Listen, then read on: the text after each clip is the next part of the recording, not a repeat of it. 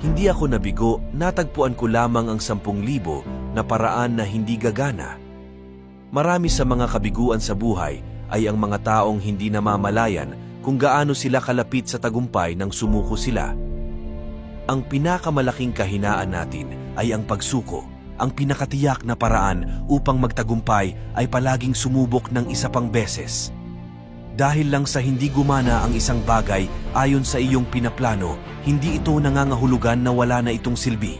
Ang pagkabigo ay hindi isang hadlang, kundi isang oportunidad upang magpatuloy at magtagumpay. May isang paraan upang gawin ito ng mas mahusay, hanapin ito. Ang iyong halaga ay nakasalalay sa kung ano ka at hindi sa kung ano ang mayroon ka. Kapag lubusan kong naisip na ang isang resulta ay karapat-dapat na makuha, ako ay nagpapatuloy at sinusubukan ito ng paulit-ulit hanggang sa dumating ito.